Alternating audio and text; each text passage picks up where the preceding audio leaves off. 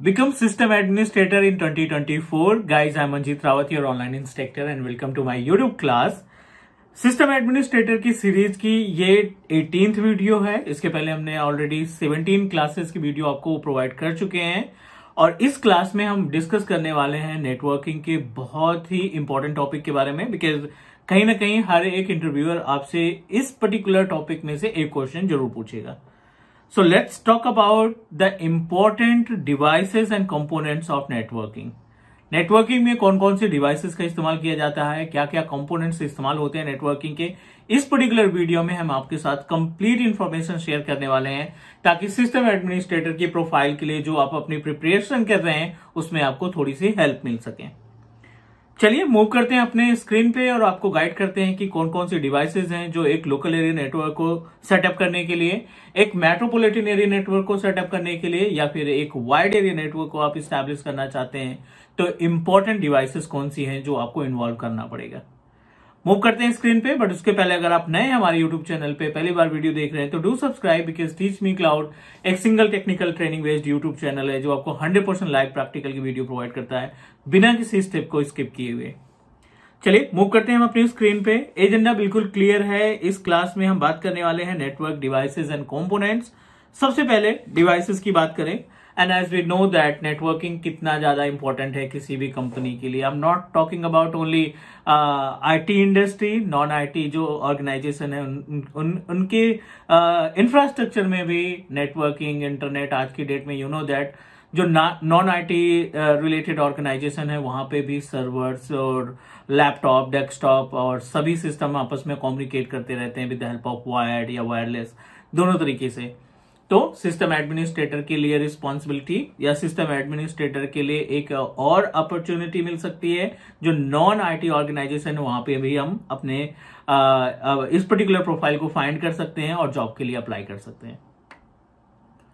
उम्मीद है यहां तक क्लियर हो गया होगा। Let me proceed with another topic, और यहां पे हम बात करने वाले हैं अगले स्टेप में, जिसमें हम बात करेंगे सबसे पहले नेटवर्क डिवाइसेस के बारे में। पहले हम नेटवर्क डिवाइसेस को कंप्लीट करते हैं एंड उसके बाद डिस्कस करेंगे about the network components. Network devices की बात करें तो बेस से स्टार्ट करते हैं। सबसे पहले हम बात करेंगे हब के बारे में, देन स्विच आएगा पिक्चर में, then will discuss about the modem. I know कि करंट टाइम पे मॉडम का यूसेज मींस एक्सटर्नल मॉडम आपको देखने को नहीं मिलेगा, but we should know about the usage of modem. Then we'll discuss about Wi-Fi router, yes, और हमें यहाँ पे डिस्कस करना है about gateway device. We should know about the usage of firewall device. Yes, it's a type of firewall. We should know about the work of firewall. अगले device की बात करें तो you should know about the Cisco router, right, and checkpoint. So these all are the devices are mandatory to establish a network for any IT or non-IT organization. ये common devices हैं जिनमें से ज्यादातर devices का हम इस्तेमाल करके अपने नेटवर्क इन्वायरमेंट को मैनेज करने का काम करते हैं। ये बात की हमने नेटवर्क डिवाइसेस की। Let's talk about network components, right. Networking में यूज होने वाले कंपोनेंट्स के बारे में कि कौन कौन से कंपोनेंट हैं जो नेटवर्किंग के लिए हम इस्तेमाल करते हैं। बेस से डिस्कस करते हैं ताकि आपको सारी चीजें आसानी से समझ में आ जाए। हम यहां पे स्टार्टिंग करेंगे। सबसे पहले you know that NIC card के बारे में, which is also consider as a you can say that adapter, network adapter. दूसरा जो आएगा वो हम बात करेंगे RJ45 के बारे में। थर्ड नंबर पे RJ11 और चौथे नंबर पे हम बात करेंगे patch panel, yes, which is one of important part. Patch panel, you should know about how we can use that. Number 5 पे है इनपुट आउटपुट पोर्ट जिसको हम बोलते हैं IO पोर्ट।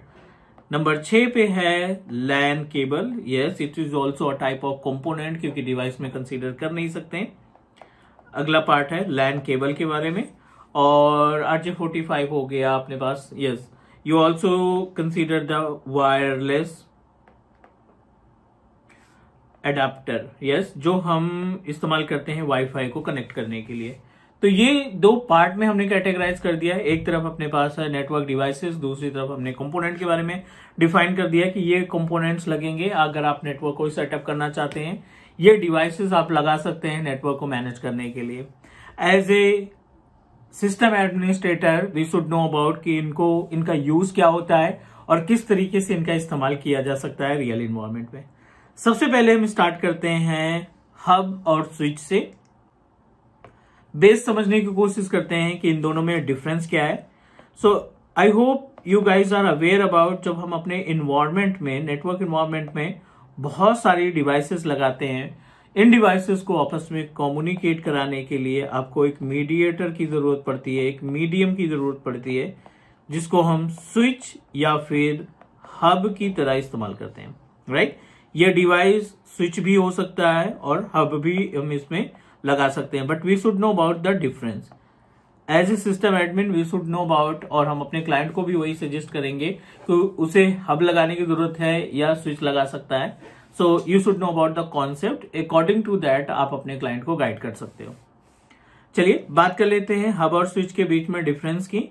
तो स्विच क्या है ये आपका, हब क्या है? Basically it is use for the broadcast. ये क्या करता है? आपके सिग्नल को ब्रॉडकास्ट करने का काम करता है। और ये क्या करता है? मल्टीकास्ट या यूनिकास्ट की बात करते हैं। ये मल्टीकास्ट और यूनिकास्ट की तरीके से टास्क परफॉर्म करता है। मीनिंग ऑफ ब्रॉडकास्ट कि इस केस में क्या होता है ना कि जब भी आप कोई सिग्नल आपस में या जब भी कोई डेटा कम्युनिकेशन करते हैं तो इसमें किसी भी डिवाइस की, जो नेटवर्क में डिवाइसेस हमारी अवेलेबल हैं, उन डिवाइस की इंफॉर्मेशन आपके हब के पास नहीं रहती।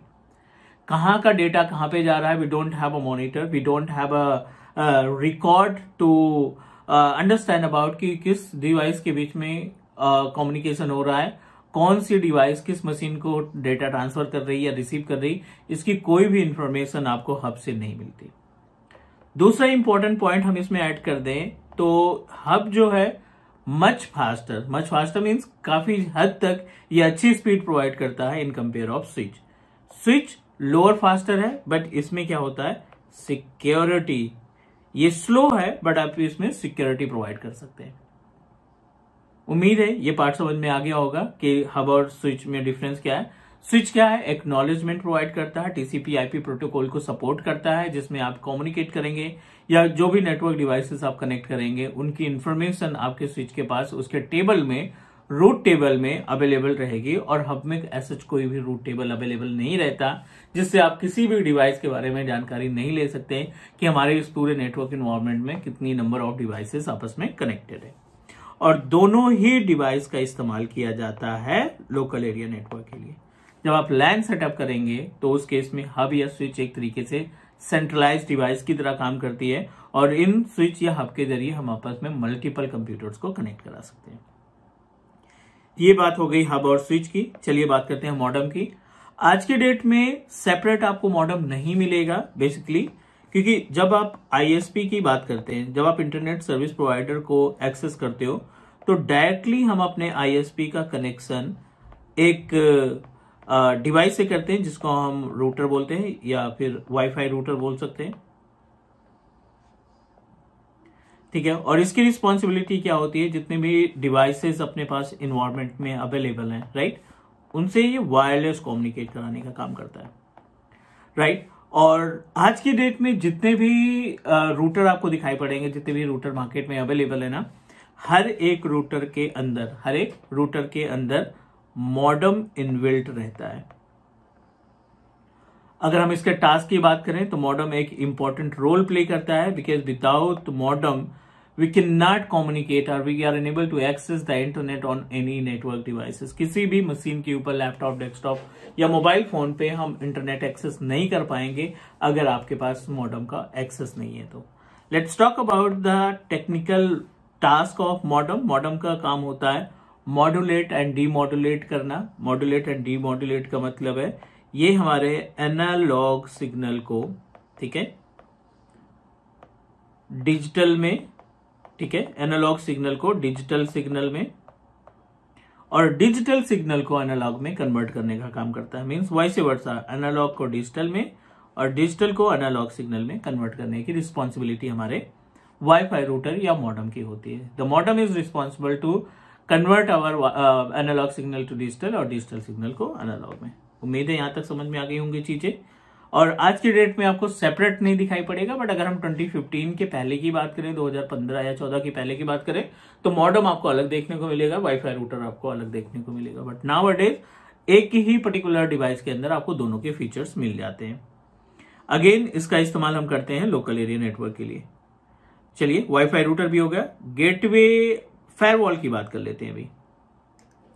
एक ऑफिस है, दिस इज आवर ऑफिस, और ऑफिस के अंदर आपने मल्टीपल कंप्यूटर, सर्वर्स, ठीक है, मल्टीपल रिसोर्सेज आपने कनेक्ट करा रखे हैं। और इन सभी को प्रोटेक्ट करने के लिए, सिक्योर करने के लिए एक डिवाइस हमने यहां पे इन्वॉल्व कर रखा है। The device name is firewall. ठीक है, as per the name suggest, responsibility क्या होती है इस फायरवॉल की? ये हमारे स्विच से कनेक्टेड रहेगा। ठीक है, firewall directly connected to switch, और स्विच हमारा हर एक डिवाइस से कनेक्टेड है, like this. And now internet service provider directly आपके फायरवॉल को रिपोर्ट कर रहा है, फायरवॉल से कम्युनिकेट कर रहा है। इसकी रिस्पॉन्सिबिलिटी क्या होती है? ये हमारे दोनों तरीके के सिग्नल्स को, चाहे वो इनबाउंड का सिग्नल हो या आउटबाउंड का सिग्नल हो, दोनों तरीके के सिग्नल्स को फिल्टर करने का काम करता है। कोई भी सस्पिशियस एक्टिविटी अगर इसको फाइंड होती है या कोई भी सस्पिशियस एक्टिविटी इसको दिखाई पड़ती है, इमीडिएटली उस पर्टिकुलर एप्लीकेशन को, वेबसाइट को, ईमेल को ब्लॉक कर देता है, स्पैम में भेज देता है, या फिर कोई सॉफ्टवेयर है तो उसको इमीडिएटली डिलीट कर देता है। Lots of task performed by the firewall. ये तो बेसिक सा एग्जांपल हुआ, लेकिन फायरवॉल की हेल्प से आप अपने डिवाइस के पोर्ट को भी ब्लॉक कर सकते हैं, अलाउ कर सकते हैं, एप्लीकेशन, वेबसाइट को भी अलाउ या ब्लॉक कर सकते हैं। It's fully depend upon you. कौन सा लॉजिकल सिग्नल आपका बाहर से अंदर आए या वर्क इन्वायरमेंट से बाहर आईएसपी तक जाए, वो सारी एक्टिविटी और monitoring activity we can manage with the help of firewall device. So you can say that firewall is a type of network security device which is responsible to provide security to our network environment. जो भी office के environment में office है, उस environment में जो भी security provide करते हैं वो हम इस particular device की हेल्प से करते हैं. उम्मीद है यहां तक से चीजें समझ में आ गई होंगी. कोई डाउट, कोई क्वेश्चन है तो you can let me know. अगला डिवाइस है अपने पास फायरवॉल के बाद रूटर और चेक पॉइंट. रूटर की बात करें तो रूटर बेसिकली जो यूसेज है, मान लीजिए दो ऑफिसेज हैं अपने पास. यहाँ पे दो ऑफिसेज हैं डिफरेंट जियोग्राफिकल लोकेशन. एक पुणे में हमने ऑफिस इस्टेब्लिश कर रखा है अपना, और दूसरा ऑफिस है दिल्ली लोकेशन में. दोनों ही लोकेशन में अपने सर्वर, कंप्यूटर या जो भी एक ऑफिस में रिक्वायर्ड डिवाइसेस उनको आपने कनेक्ट कर रखा है. Right, n number of resources are available in Delhi location, n number of resources are available in Pune location. और अगर आप इनके बीच में प्राइवेट कम्युनिकेट कराना चाहते हैं with the help of ISP, then router come into the picture. ठीक है, ये सभी स्विच से कनेक्टेड है और आप सिस्को रूटर को कनेक्ट करेंगे ISP से दोनों साइड पे. यहाँ पे भी दोनों ब्रांच में आपको सिस्को रूटर की लगाने की जरूरत पड़ेगी. And then router is connected to the switch, or it will provide you high level of security. and आप इस particular location में जो 192.168.1.10 की IP एड्रेस है और यहाँ पे 172.16.1.10 की IP एड्रेस है, इनके बीच में कम्युनिकेशन कर सकते हैं, because router can provide the communication in different class based IP addresses as well. उम्मीद है यहां तक चीजें समझ में आ गई होंगी. अब आप कंपोनेंट की बात कर लेते हैं. NIC card, you know that RJ connector जो केबल के सामने हम इंसर्ट करते हैं इसमें अपने सिस्टम में, वो आपका आरजे कनेक्टर है. RJ11 का इस्तेमाल किया जाता है जब हम टेलीफोन लाइन को कम्युनिकेट कराते हैं, तो उस केस में RJ11 का इस्तेमाल करते हैं. पैच पैनल, आप देखते हैं कि बहुत बड़े रैक दिखाई पड़ते हैं, उसमें बहुत सारी केबलें अटैच रहती है, वो पैच पैनल कहलाता है, जिससे आप अपने नेटवर्क की ट्रबल शूटिंग को आसान बनाते हैं और साथ ही साथ नेटवर्क की लाइफ को इनहेंस करने के लिए पैच पैनल का इस्तेमाल किया जाता है. आईओ पोर्ट, जो भी आपका डेस्कटॉप है, जहां पे आप जो आपका डेस्क है, जहां पे आपकी सीट है, आपका डेस्कटॉप किसी न किसी पर्टिकुलर केबल से अटैच हुआ है. जो केबल का सेकंड पार्ट है, एक सिस्टम पे लगा है, दूसरा आपका उस पर्टिकुलर टेबल के लगे हुए एक छोटे बॉक्स से कनेक्टेड है, उसी को हम आईओ बॉक्स बोलते हैं, आईओ पोर्ट बोलते हैं। LAN cable we note it and about the wireless adapter.